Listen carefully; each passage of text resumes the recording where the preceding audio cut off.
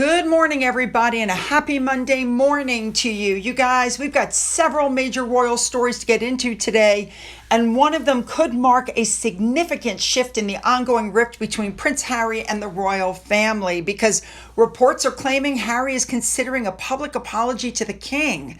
That's right, to try to repair the relationship, but I don't think it's going to be enough. We're also going to talk about the growing calls for Harry to step aside from Invictus. Later on in the video, we're going to take a look at Meghan Markle's latest Cookie Queen's appearance.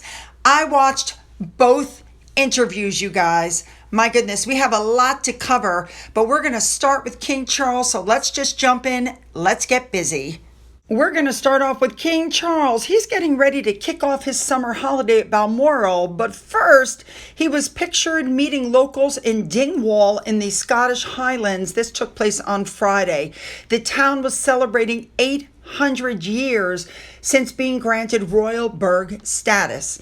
The king was dressed in a traditional tartan kilt, complete with a sporran, and he was very smiley. He met volunteers, community groups, young people, emergency service representatives who, according to the articles, embody the creativity and community spirit of the town. Now, during his visit, King Charles presented the King's Award for Voluntary Service to representatives of Evington Wood Community Company and Highland and Island Blood Bank. He also enjoyed performances from local music groups and Highland dancers, which he really seemed to enjoy. He was visibly delighted. He then took to Instagram to sum up the day, and the social media team shared some of the highlights, which you're watching right now, alongside a message thanking the local community for being such good sports. And it said, "Thank you to everybody who came out to say hello." I do find it interesting that this visit was intentionally arranged, but it remained highly confidential beforehand. Like, I'm wondering what that was all about. But okay, he got there. He seemed to really enjoy it. But why not let everybody know ahead of time that he's coming, I guess, is my question. Councillor Margaret Patterson described the event as a truly proud moment for Dingwall, saying that their 800th anniversary celebrations provided an opportunity to reflect on the rich history, celebrate their vibrant present, and look ahead to the future, and saying the King's visit undoubtedly was one of the highlights of this very special year. The Lord Lieutenant said, "From our musicians and dancers to our volunteers, businesses, and community champions, everyone involved has done Dingwall proud." I happen to agree. Looking good. Let's move on. Next up, we have William and Catherine. This was interesting. When it comes to charity in the United States, William and Catherine's charity is ahead of Harry and Meghan's. The Prince and Princess of Wales Royal Foundation received a major boost. Recent reports suggest it ended up overtaking the annual revenue of the Sussex's Archewell Philanthropy in recent years. And this development really appears to speak volumes about William and Catherine's popularity in the United States. The Royal Foundation pulled in £8.7 million from the U.S. office alone in 2025. That is 44% of its overall £19.6 million income for 2024. The Sussex charity made £1.93 million in revenue, which was a decline from the $4.23 million recorded the previous year. And the charity is allegedly now focusing on a reset after basically cutting down on all of its staff. And Archewell Philanthropies also is a rebrand from the Archewell Foundation in late 2025. Yeah. Let's move on now to Prince Andrew. He's finally broken his silence through a witness statement read in a UK court concerning the incident near Sandringham earlier this year, where a masked man allegedly shouted at him and ran towards his vehicle.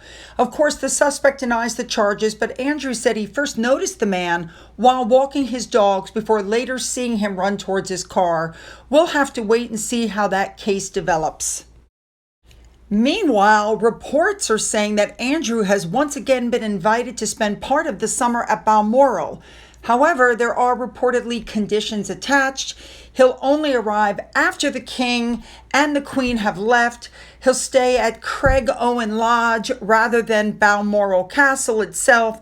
So while the invitation may be seen as a gesture of compassion for the King, it's also clear there are boundaries in place. Now, speaking of Balmoral, that brings us to Prince Harry, because just like every summer, we're seeing fresh speculation about whether he'll receive an invitation. Will they get an invite over the summer? Harry wants an invite. It's a snub. He's not being invited. He's absolutely not being invited over the summer. So now we've got the stories. Oh, he's hoping for an invitation for a holiday homecoming, setting the stage for an ugly showdown with Prince William. Let me tell you something. If Harry and Meghan got an invite, William wouldn't show up. It's that simple. He will not be getting an invite from the king because nobody in the family wants anything to do with him. Let's get now to what I consider to be the biggest story of the day. Reports are circulating that Prince Harry and Meghan Markle are considering a public apology for the pain they've caused the royal family. According to those reports, the apology would be directed to King Charles only in an effort to improve relations following their private meeting in July. But here's the important part. The reports are saying there will be no retractions of anything that's been said in the past, and the apology would not extend to Queen Camilla, Prince William, or Catherine. So this wouldn't be a full reconciliation. It would be a very limited attempt to repair one relationship, Harry's relationship with his father. Personally, that's where I think they have a problem. An apology without acknowledging what you did wrong is very difficult for people to accept. Most people expect an apology to include some level of accountability, and without that, many will see it as a symbolic rather than a meaningful apology. Now, if this report is accurate, I do think it's significant because it suggests that Harry understands that the relationship with his father can't simply continue the way it has. Whether that's because of personal reasons, family reasons, monetary reasons, I don't know. But if they're even discussing an apology, that's a very different conversation from the one we've been hearing over the past 7 years. Now, that said, I don't think an apology to King Charles is going to be enough. If the goal is genuine reconciliation, I think it has to extend to the rest of the family as well.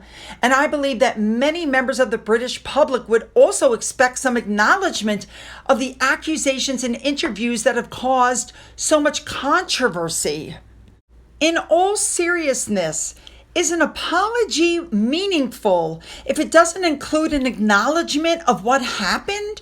Would anybody out there accept an apology from somebody if they're unwilling to acknowledge their behavior and the things that they have said and done that has caused so many issues? I mean, I wouldn't.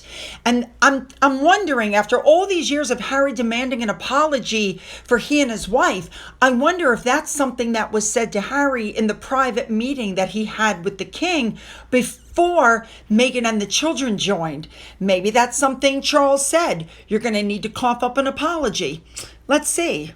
Now, I got to be honest, an apology isn't going to work because Meghan Markle, as I told you before, violated a strict no social media directive issued by Queen Camilla, leading to an indefinite freeze of relations by the palace. That's what we're seeing. Now, in the meantime, I want to shift a little bit to the Royals Uncensored, which is a spin-off of Piers Morgan Uncensored, and they were talking about Diana. And what was said was that Diana would never have allowed Harry and Meghan to leave the UK and start a rift within the royal family. And the reason they're bringing her up, of course, is because the anniversary of her death is coming up. Diana made the British monarchy more relatable. She had a massive role in raising William and Harry, giving them some glimpses of normality, or as close to normality as they can get, even if it was just going down Kensington High Street, down to the record shop or for fast food takeaway. But their relationships with people, calling people by their first names, not their surnames. She's still changing the royal family. She changed how they grieve, how we grieve, the whole thing. But if she was still alive today, she would not have let Megxit happen or any of that. She would have banged their heads together. I got to be honest, if she was alive, I don't think Harry would have even married Meghan. Let's turn now to the Invictus Games because there's a growing debate about Prince Harry's role, with commentators asking whether the ongoing family feud has become so dominant that it's overshadowing the very veterans the game was created to support. And according to these reports, critics believe Harry's public estrangement from the royal family has shifted the focus away from the athletes and onto the ongoing royal drama. They argue that every headline becomes about Harry, King Charles, or Prince William instead of the wounded servicemen and women whose achievements should be at the center of the event. Now, I think the real question is, Invictus has always been about recovery, resilience, and giving wounded veterans a platform. If the public conversation is becoming more about family tensions than the competitors themselves, that's really something worth thinking about. Some have even suggested that Harry should consider stepping aside as patron so the games can move forward without the constant focus on the royal family. Others completely disagree and believe Harry remains the driving force behind Invictus and should stay where he is. Personally, I don't really think about whether Harry stays or goes, but I think it's more about making sure the veterans remain the main story. And at the end of the day, that's why the Invictus Games exist. Before we move on to Meghan's last appearance, I want to share something that really made me smile. James Middleton posted 2 videos, and I thought they were so adorable. And sometimes it's nice to end the royal news on a lighter note before we get into the big heavy stuff. So here you go.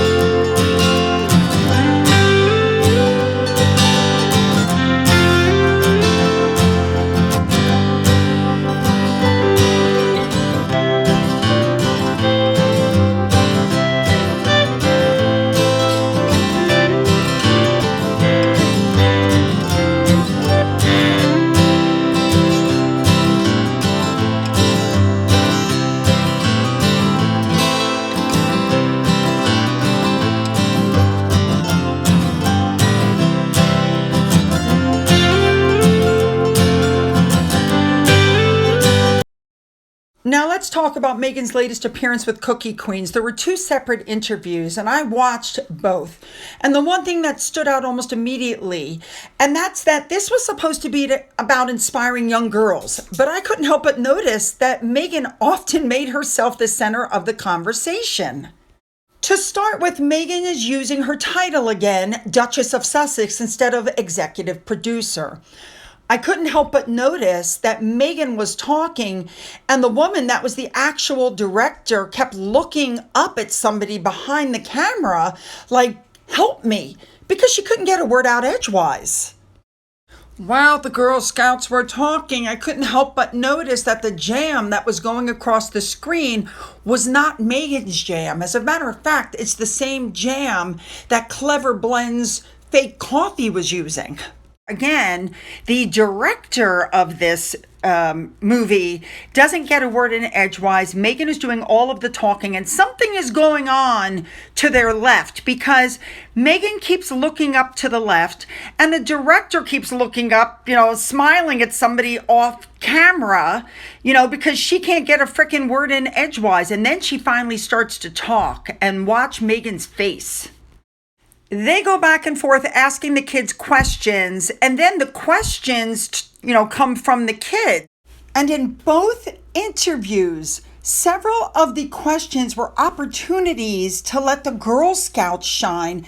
And instead, Meghan repeatedly redirected the answers back to herself, her childhood, her teaching experiences, her own children. And after a while, I just really found myself wishing we'd hear a little more from the Cookie Queens. I mean, it was all about Meghan. Meghan made it all about Meghan.